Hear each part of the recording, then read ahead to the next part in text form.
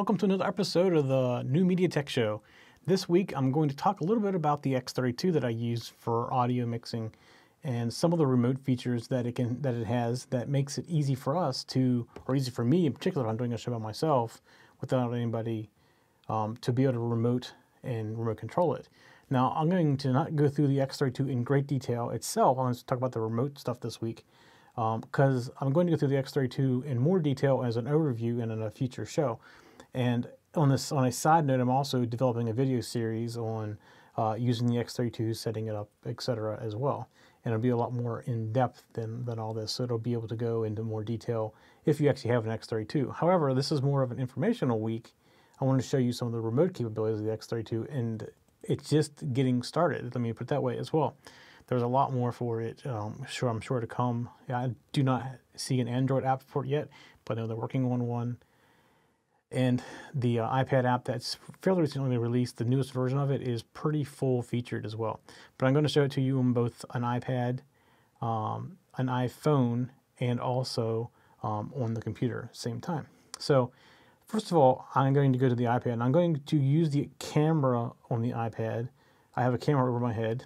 And I have also on the Apple TV that I talked about before, which looks a little bit better. However, the delay that we have for the view that's through the Apple TV is actually a little bit slow and kind of weird if you're watching it on screen. And actually, if you go, let me go to that. This is the display, and you'll see that it's delayed probably by a second, almost a second, from me talking, because you see the two that are unmuted at the bottom, which is 2 and 4, is me, and you see the delay of me talking to it stopping.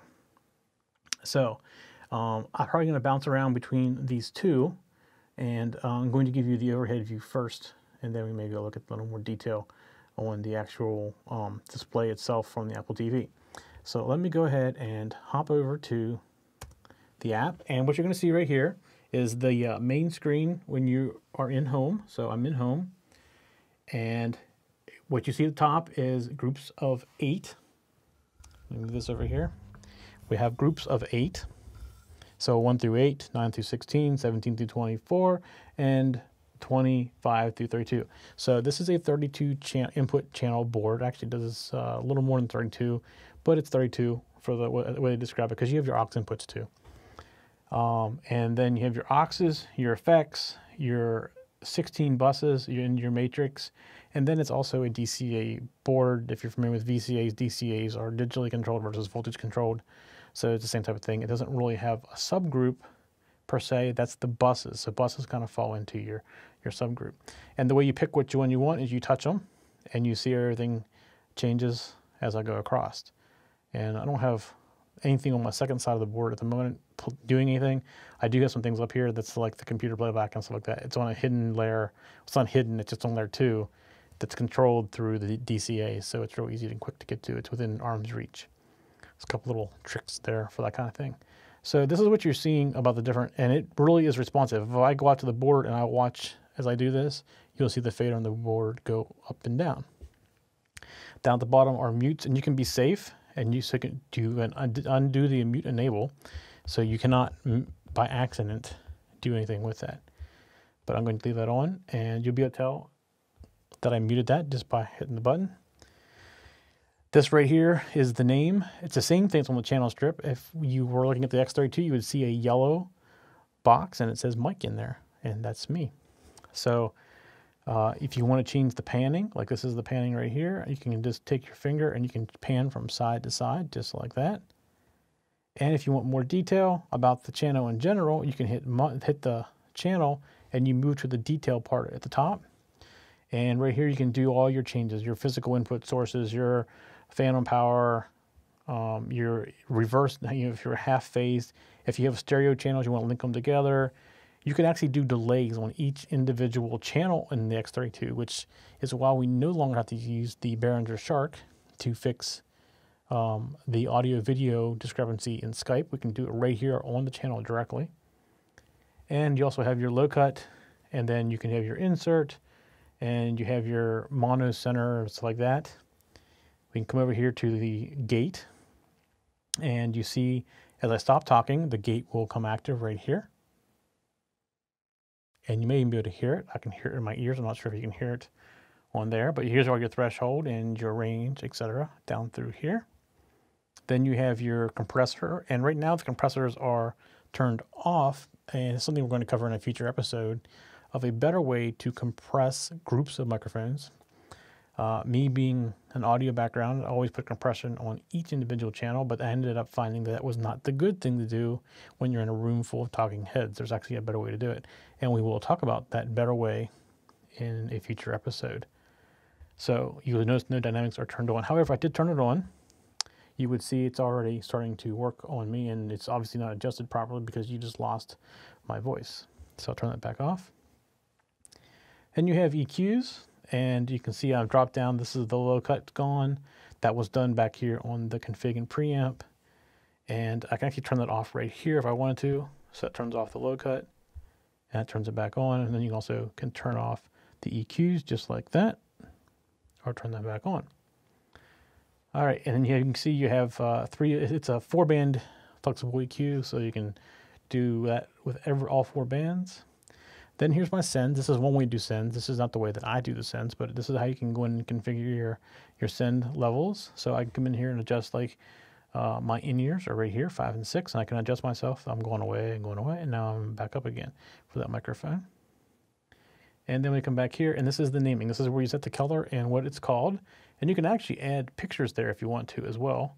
And there's some pre-done things in here you can pick as well. So I'm not going to change that necessarily. So let's go back to home. And you see we're back where we were before with this. Let's go look at the effects. Now this board has 8 built-in effects. And you can see all 8 of them right here, what they are. And I'm not really using any effects at the current time because I'm not really doing music. This is all talking head type things. So you won't see any input on any of the effects at this point. But there are 8 effects that you can set up as insert points or just return them back right into the board as an audio in as well. All right, the next thing we have is scenes. And we do have scenes in this board. But the way it kind of works is you pick the one you want and it sits here. And to make it active, you basically drag it over and it goes active. So there's not really much I can show you with that. Then we have our meters. This is the in and out meters. So you can see we have our inputs right here. We have our aux sends and our aux returns. Yeah, you notice I have no aux returns. Then over here we have the monitor output and the AES output. We use the AES EBU and goes into the ATEM, and which then goes into the recorder for us to record our audio. And then down here at the bottom, you have the other 16 outputs. This board has a 16 output, 32 input on the board itself. And we also have our P16 Ultranet, which is for like in-ear monitors on stage if you have things like that. Now again, in here, we're not using it. We're actually using our aux out and going into a microphone or a headphone amplifier to do that. In addition to that, there is also the digital snake, which is not really represented in here very well. So let's come back over to the very left, and this is our channel, and this is kind of where I generally sit, especially when I'm doing stuff with music. And you see we have all 32 channels. You have the gain reduction right here, and gain reduction right here. So this is your gate. You see all these are closed because of the gate. When I stop talking, you see these 4 right here. The gate will start to turn on. There, the gate's turned on. And this is the compression. Now, right now, the only thing that has any active compression on it is channel number 11. And channel number 11 is actually the Skype that's still running in the background with the pre-recorded shows. And let's go over here to the mix bus. And here's where I'm doing, wow, that's really needs to be adjusted, doesn't it? You see the gain reduction right here based in mix bus, and that's because the vocal mics are going into mix bus 7 and 8, and it should not be doing that much gain reduction. That's definitely an issue that needs to be looked at. So we'll have to look at that a little bit later. So you see your 16 mix buses, and then here is your six matrix outs. And we do use matrix out here pretty heavily, and I'll go through and I'll show you how I use that in here as well. And then we have our aux. So right now, like I said, I'm not using any aux sends or returns. Well, that's actually not true. I am using aux sends. That is true. I am using aux sends to go to Skype. So that's how I'm getting out to Skype, is through the aux sends. The aux returns, I do have some in here, and they are actually used for the computer returns if I ever need to do playback through the computer. Okay, so let's go out of that. And it also has a built-in recorder. I can start and stop the recorder remotely. Basically, it writes right to the USB drive. There's a USB slot right on top. You stick that USB in there and you can hit record. And then we go to the alternate, which is where you can configure all your alternate information. And then we go to our setup information, which is where you can change all the different options. You can see right here I have my IP address, where I'm connecting to, and you can work offline, things like that as well. So that's a quick overview of what is in the iPad app for the X32. And you can see I can pretty much do everything in here. There is one thing I can't do. Actually, let me show you this. Let me pick one of these. And then I'm going to do sends on faders. And what you're going to see is I can say how I'm configured output to my 16 sends. So if I want to see like 5 and 6 is my in-ears. So either in-ear left right here, it tells you in-ear left. And I can see what's going out to that particular bus. And it's just sends on faders. Now on the actual physical board, you can do sends on faders for the channel and say how it goes out to each bus, or you can click on sends on faders on the bus and tell you what channels go to. It works both directions, where it doesn't work both directions on here. The one thing that does not work on here, and I hope they fix this soon, because this is something that's a limitation for me, especially with the way I do my in-ears, is I can't adjust a pan on linked sends. So let's say, for example, my in-ears, I want to send this particular channel to one side and the other one to the other side.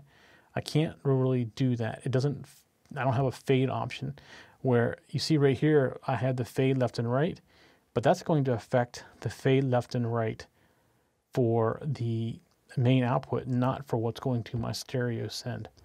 That's a limitation that's out there, but I'm sure they're going to fix this ultimately, because I can't be the first person who wanted to do this. Now what I want to do is I want to go back to home and show you how I'm doing the matrix. So here's the matrix output.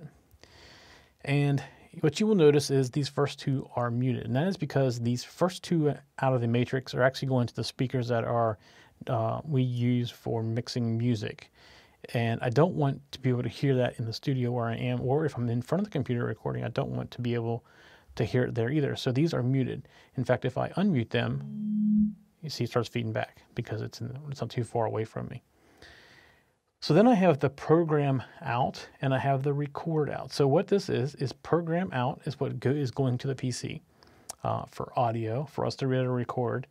And then the record left and right is what's going out the AES bus to the ATEM, so it can be recorded, the audio can be recorded. And you see they're all pretty much the same level output.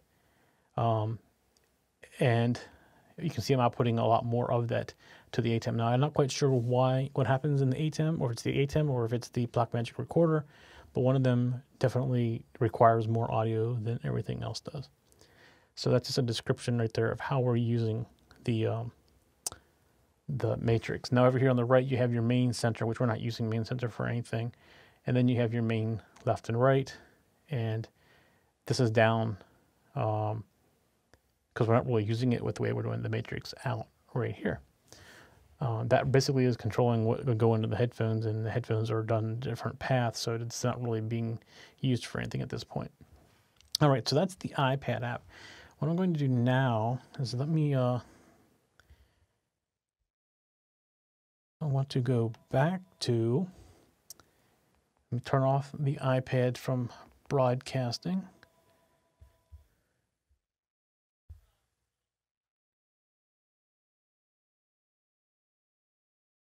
And I'm going to turn the computer on to broadcast.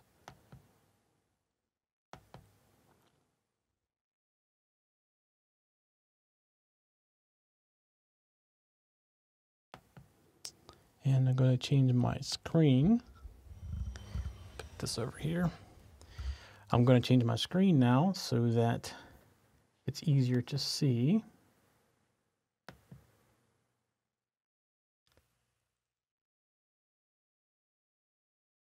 That probably is good. Let's hide. All right, so now you're seeing my screen, and I'm going to hide the ATEM control. And I'm going to bring up the X control. And so this is it looks the same on the PC as it does on the Mac. In fact, the Mac version just recently came out, much more recently than the PC version. The PC version's been out for a while because I've had to run Windows on this Mac to actually control it. But what you're going to see is a very similar interface to what we had on the iPad, just looks a little bit more like the actual console itself. In fact, if you go look at the console screen, the control screen, you're going to see these same buttons as right here, and you're going to see what a screen looks just like this. I mean, literally just like this. It's looks just like it. And then down here you have the fader. So when I go through the actual console, you'll be able to see this. But if you hit home, it's the same thing as hitting home on the other one. You see very similar screens as before.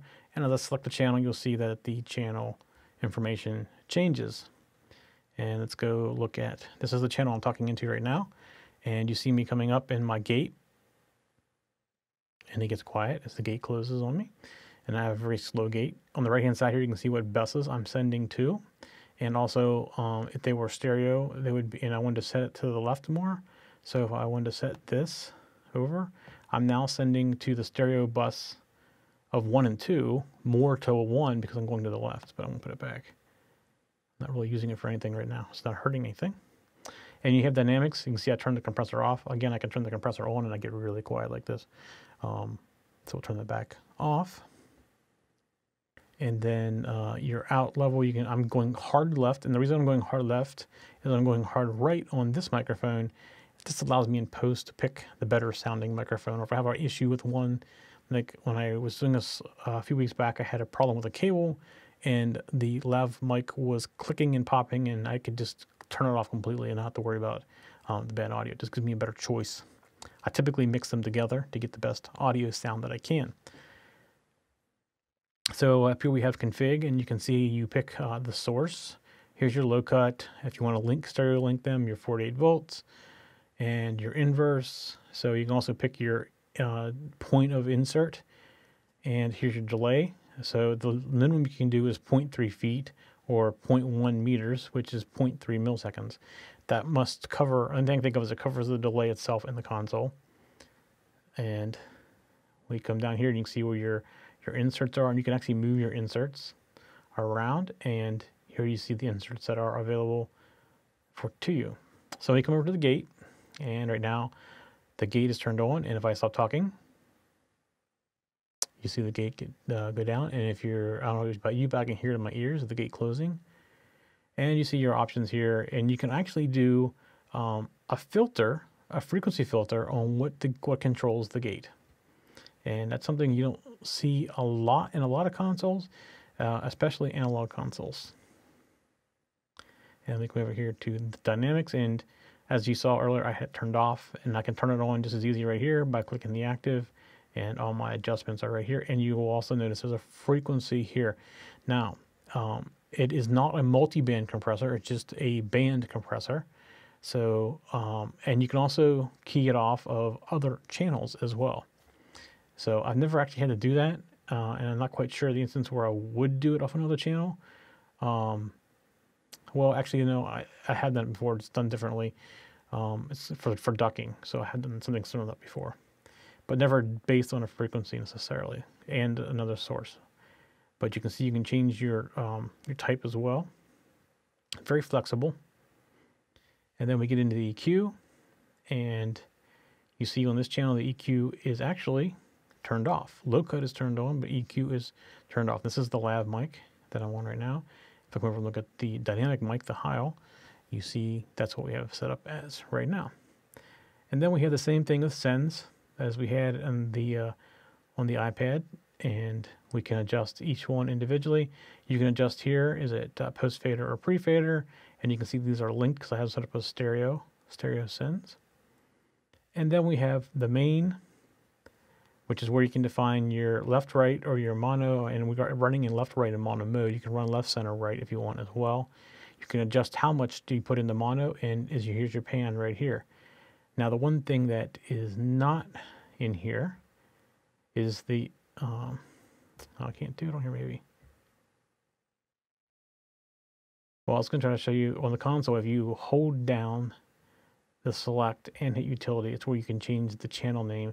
I believe in here, it does the same thing. So if you double click on the name in here, it brings it up, what channel, what color, and you can pick your icon. You can see there's a bunch of icons in here that you can pick from, drums or whatever. You don't have to pick anything if you don't want, but say you do pick something just like that, and it does that.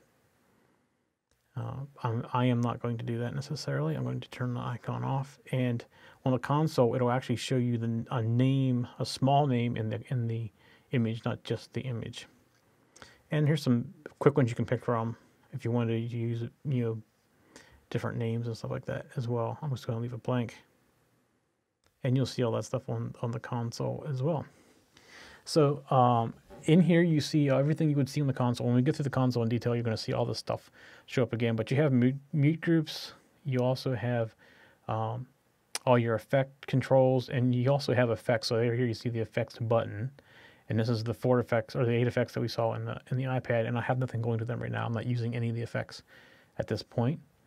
You can set up your monitor, and the monitor right now is currently muted in the other room because it would cause feedback. And then you have the recorder that I showed you before, and if you have a USB stick in there, you can basically just hit record and it'll start recording. And in the config, what you can do is you can set up what you want to be left and right for that. So right here you see I can pick any of my mix buses, my left and right, anything in matrix and direct out or the monitor output. I can just turn it off, and I can also tell you where I want to tap into it, pre-EQ, post-EQ. So if you have a 2-track recording and you want to be no effects, it would all be pre-EQ. And you can see you can set all this stuff up.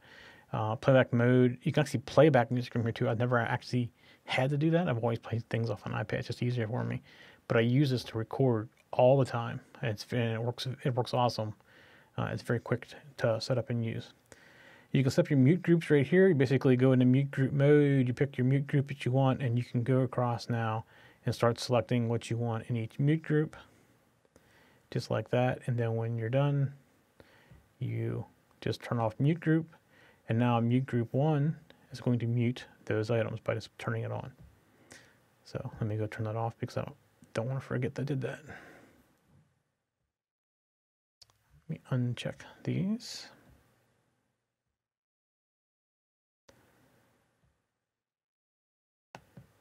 All right. And you have your library right here, which is basically how you can store each of your channel settings that you want. You can do this from the iPad as well. And the other thing you can do from the iPad is your scene control that I mentioned. And right now I don't really have anything in here as far as scenes go, but you have your MIDI control. Here's your parameter safe.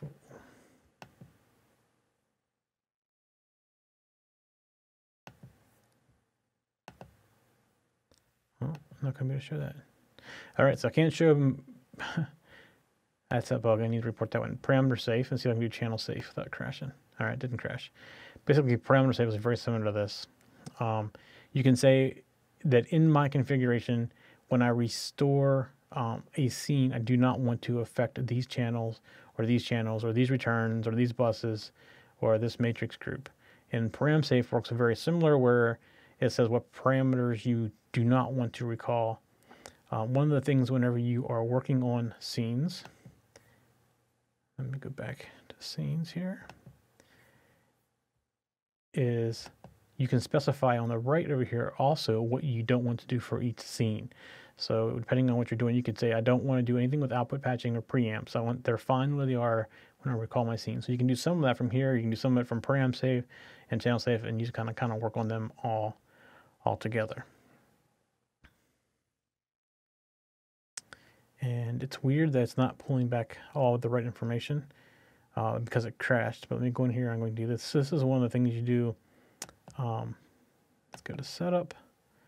And oh, it's not really connected right now. That's why. Let me go back and reconnect it. Going to connect, and I'm going to say I want to take the console to the PC. And through the magic of editing, this is going to go really fast. It generally takes like 2 minutes to do this. So I'm going to edit this out for you.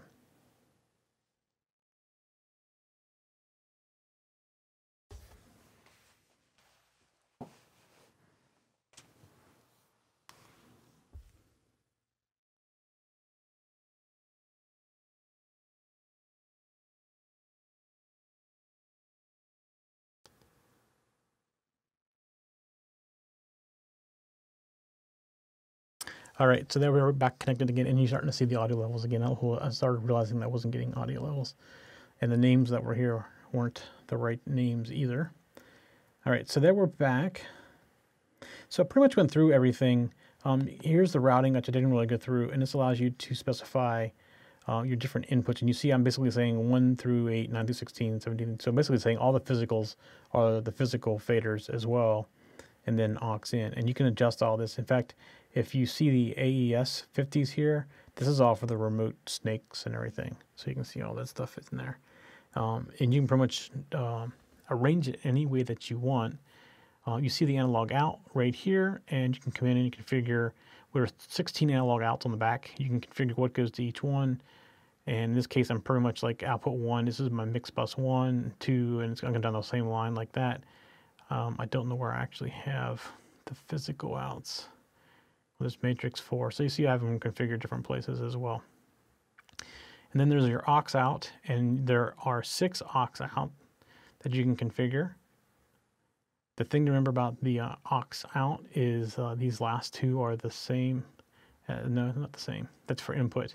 For input on the back of the board, there is 2 RCA inputs for line level, and they are the same as aux 5 and 6 on input. So you can't have a 5 and 6 1/4 inch and a 5 and 6 for the RCA.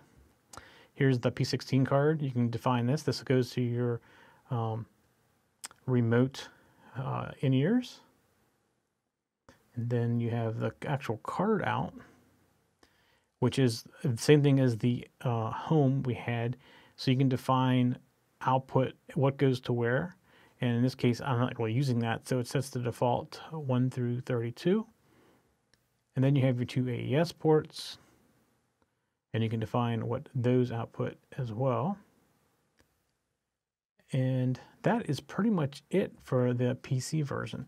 Now let me see if I can bring up the other part. There's an iPhone app too, and I don't really use it that much, so let me see if I can bring it up. Let me see if I can find it first through all the mess I have in here.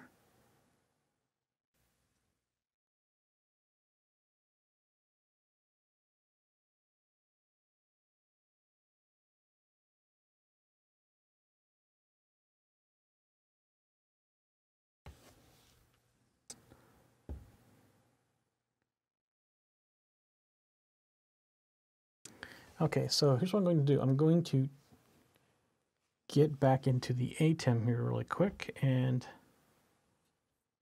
minimize this. And while I'm switching over, I'm going to let you look at me again. Push this out of the way. And let me see if I can zoom this in.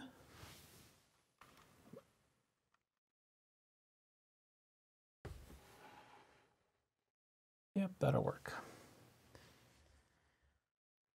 Okay, this is the iPad app for the X32, and this is actually designed for like being on stage. So it can't do a lot to the front, or what I would consider a front of house mix, or the main mix, but what it controls is like your ears. So what you see here are the different items that you can control. And if I turn them sideways, let me turn it sideways.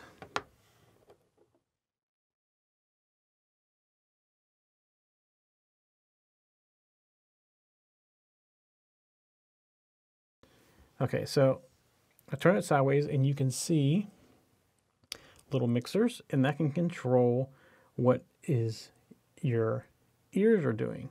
So what you can do in here, you see these little 1, 2, 3. You can select this and say I want it to be 4, and then when I turn it this way, you see the 4 that I selected are there. So I can take and control. Now I'm on snake 1. Let me change this to be my in-ears. So in-ear left and right. Oh, let's do in-ear left. That's done. That's good enough. So there I have selected in-ear left, which is what I have in my ear. And if I start turning myself down, I don't hear it in my ears anymore. I hear the other mic in my ears, but I don't hear that mic in my ears. So this is only going to affect what goes to my ears. Now turn it sideways and I get all the mics, I get all the faders that I can select individually, but I can pick out which 4 are the most important for me. And when I turn it this way, my 4 most important ones are there. So this is really designed for an on-stage app for talent, especially if you're doing music. It's great. In this room, it actually works good because we use in-ears in here as well. And I don't know if you ever noticed, but I actually have things in my ears right here. They are skin tone, although not my skin tone, but they are. And I can control that as well. And anybody else that's in this room, I can give them their own channels and they can pretty much pick what they want to hear and make their own mix that way. So that is the iPhone app. I've heard they're coming out with an Android app, although I have not seen it yet, and I can't say that I've looked for it in the last couple of weeks, so it could be out right now. But that is the X32 remote control, and some of the cool things about it. I can pretty much do a show myself without having anybody in the other room to do any kind of audio work for me. And through my in-ears, I can pretty much hear everything and control everything from right here. And it's just a nice way to do things remotely. The X32 is an awesome board, although I will say it's probably overkill for the average studio. One of the things that is nice about the X32, and this will, the cost of the X32 is about $3,400. I mean, sorry, $2,400 street price, US. And one of the reasons I went and got that was because if we do multi-track recording, the way we're doing it before is you had to have a bunch of mic pre's, a mic pre for every input you wanted. So if you're going to try to record like a 12 microphone drums kit, you need probably at least 16 mic pre's. And by the time you bought 2 decent 16 channel mic pre's, you pretty much would pay for an X32. The X32 can output via USB or FireWire every channel. So basically I use a Reaper. You start it up, you put it into record mode for all 32 channels, and it'll record to the hard drive everything that happens on every input on that board. And you can play it back through the same thing as well, but you can take that same data and bring it into Logic or Adobe Audition, whichever one you use, and edit it just as if you had a multi-track recorder set up. So it's awesome for that. They do have smaller versions of the same board now. They have boards that are half the size, and I don't think it's quite half the price, but they also have small rack mount units that would probably be enough for most studios. And with an iPad control or a computer control, you can pretty much create the scenes you need for your recording and just hit the recall button and bring it right up. All right, that's it for this week of the New Media Tech Show. We're going to keep going through different products that we use here.